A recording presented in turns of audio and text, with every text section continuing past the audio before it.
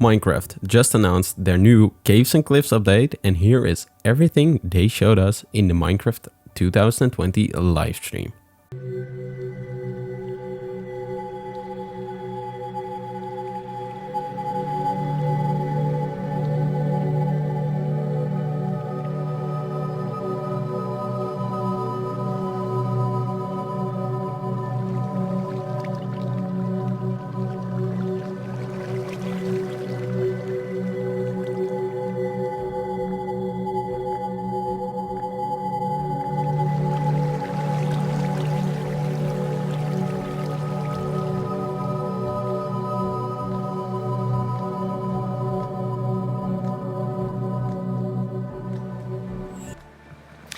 Yeah, so as you can see here, I mean, this is drastically different to what caves used to look like. And there's definitely still the old style of caves, but we wanted to make sure that there was much more variety in the sort of caves and the shapes and the sizes you could get.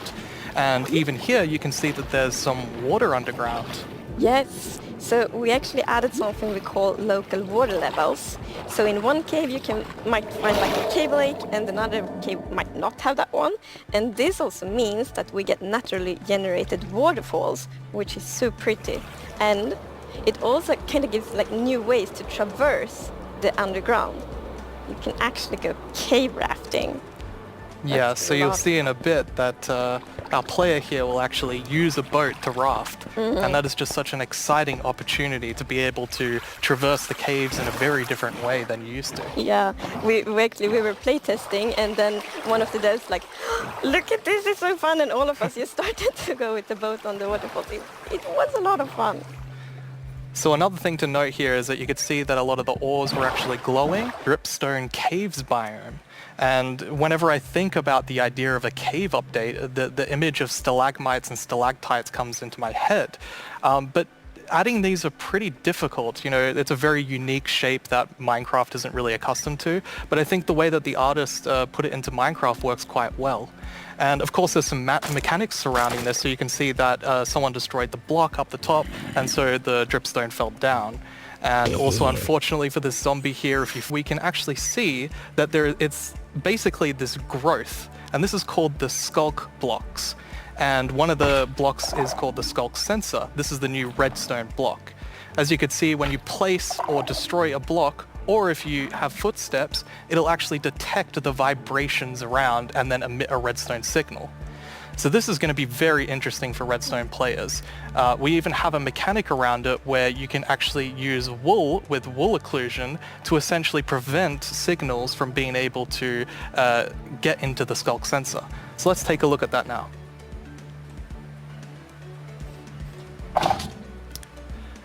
And as you can see here, I walked next to the Skulk sensor, and it's actually kind of doing an infinite loop where the piston is causing a vibration, and then it's activating the Skulk sensor and going over and over again.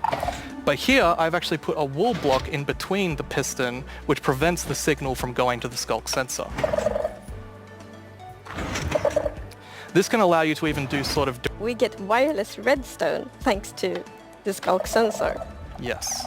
So, and we didn't even plan to add it, but then when we started playtesting, we're like, wait, we got wireless redstone, and that's so exciting. And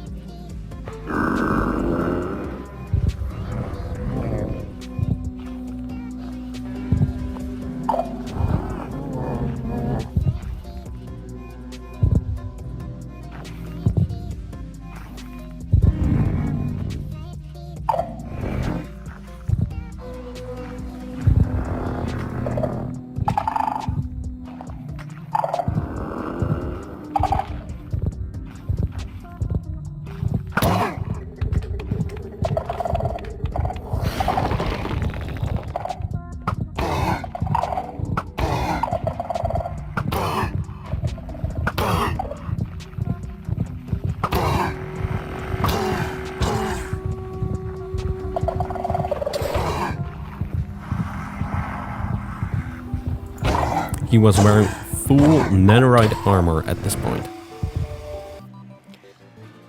Goats. They're both mischievous and adorable at the same time. As you can see, they live on the mountains, and if you aren't careful, they might knock you off. They also have excellent jumping skills. Mountaintops that will be more challenging with lots of snow and ice. And speaking of snow, yes, it will be snowier. We will also have a new block called powder snow, which will be a kind of trap block. It looks similar to snow, but if you or a mob walk on it, you will fall right through. Oh. Bees and moonblooms are friends. The Axolotl is a new illager that lives on mountain tops. It's a hostile mob that attacks you with clouds of flying ice. Do you ever wish Minecraft's oceans were The mob vote winner was the glowing squid. glowier? Not me. I always wish for world peace. Sure you do. Well, wish no more. Meet the glow squid. Wow. What was I meant to say again? Vote.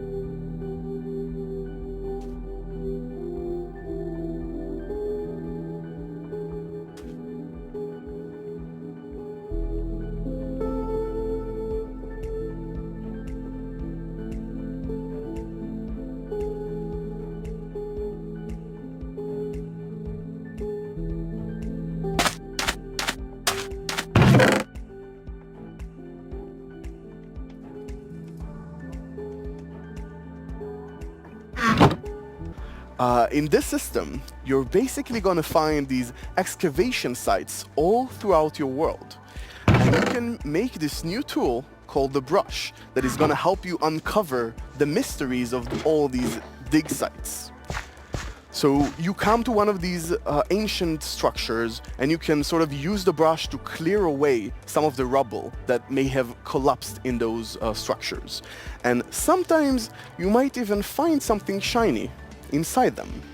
But, and this is important, if you are not careful enough, like in real life, you can destroy that artifact. And when that artifact is gone, that artifact and all the secrets it held are gone forever. But if you're careful enough, if you take your time and you're deliberate, you can get some of those hidden artifacts. And for example, here we got a ceramic shard, which is basically how whoever lived here used to tell and pass on their stories. I love the story sides of the archaeology. because we often talk about that we want to deepen the mystery in Minecraft. And when you find these hidden artifacts, you kind of find like connections and hints. And we will never tell the full story, but these will inspire the players to tell their own stories about their own Minecraft worlds. Exactly. I think it's going to be really exciting to see what players do with them. For example, here we see an exhibition that someone built for this, where he can compare all the different clues he finds, right, and try to preserve whatever was down here, and he can compare what we found with whatever new thing, and sort of try to connect the pieces, right? And here we see those pieces connected in a clay pot, actually trying to reconstruct them back. And you can create that however you like. You can create your own stories or try to guess how those pieces used to connect. Yeah. It's also so fun to be very creative with these new pots, because you can put the shards in any way you want. Exactly, and when you're pleased with your creation, you can fire them up and you have your own painted clay pot. Pretty. So, Nir, is this programmer art still? Yeah.